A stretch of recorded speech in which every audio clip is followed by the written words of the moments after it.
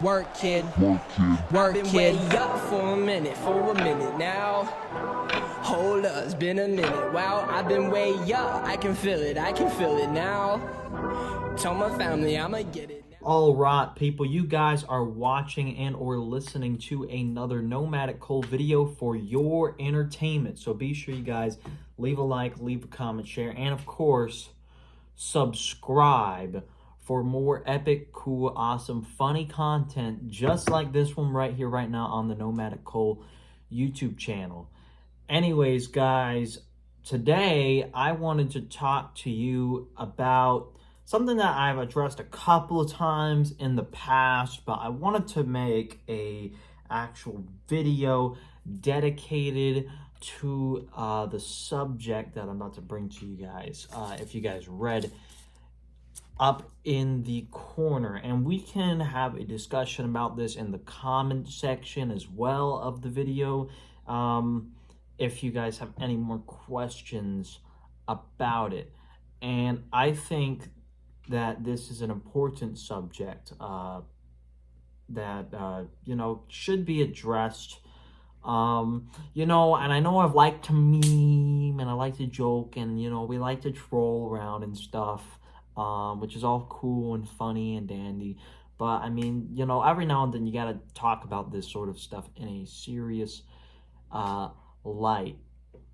So let's talk about it. Let's talk about what's going on in the Israel Palestine situation. So far, still kind of blocked off with the Rafah situation. I mean, there's really nothing new coming out of it.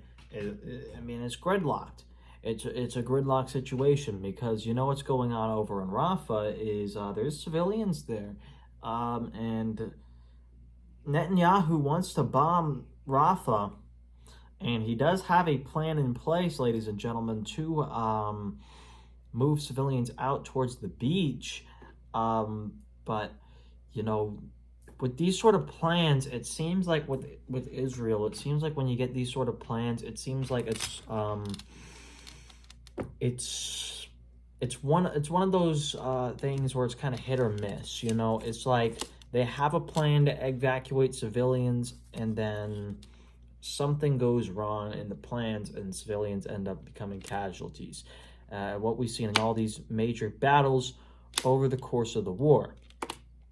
Now, of course, you'll know the pro-Israel crowd will tell you that Rafah is the last stronghold for Hamas, and that if they get over with bombing Rafah, then, you know, Hamas basically won't exist. However, it seems like, I mean, I just wouldn't be surprised if Hamas is going to have civilians and keep them hostage, you know, in the city. Like, it just seems like the most likely possibility.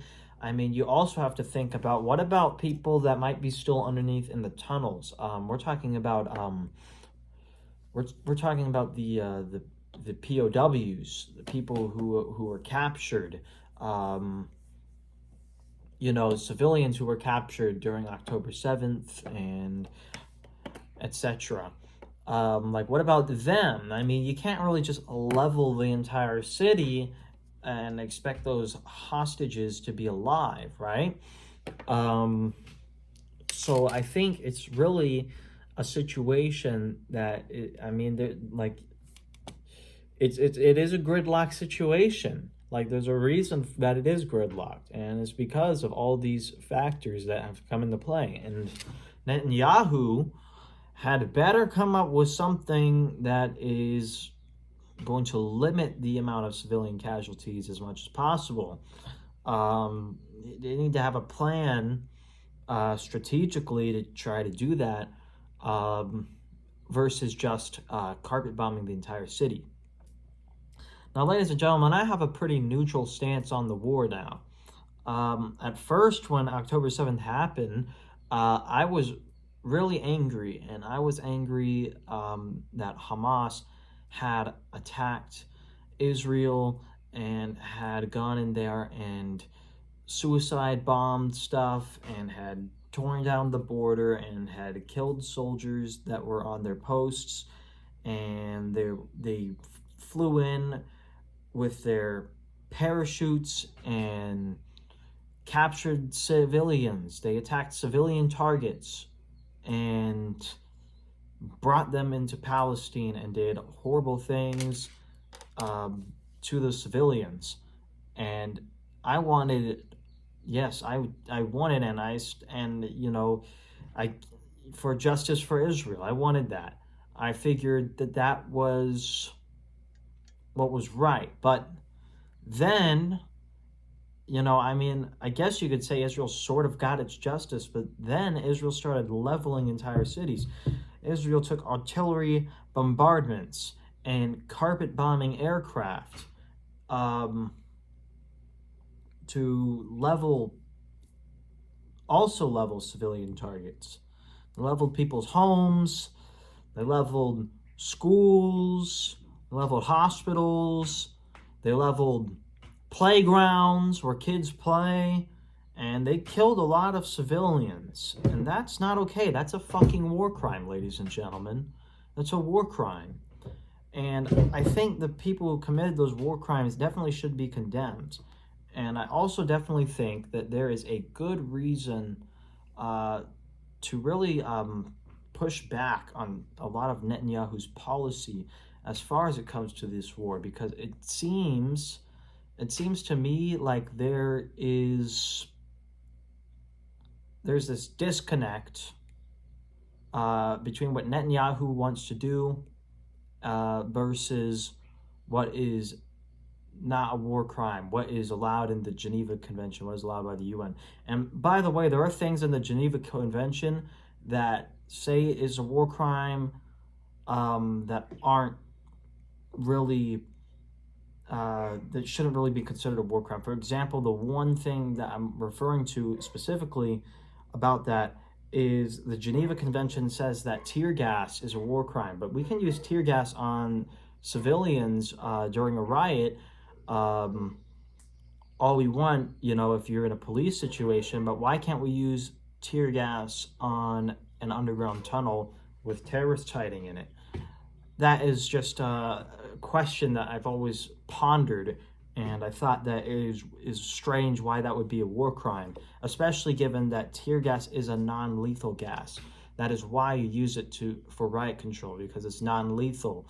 You know, unless you shoot someone in the face with a gas canister, of course, then in that case it could be lethal. But it's lethal because it's blunt force damage, not because of the actual gas itself. Now there's that, and there's also the fact that I looked into it, and that Israel actually funded Hamas a long time ago. This is according to The Intercept.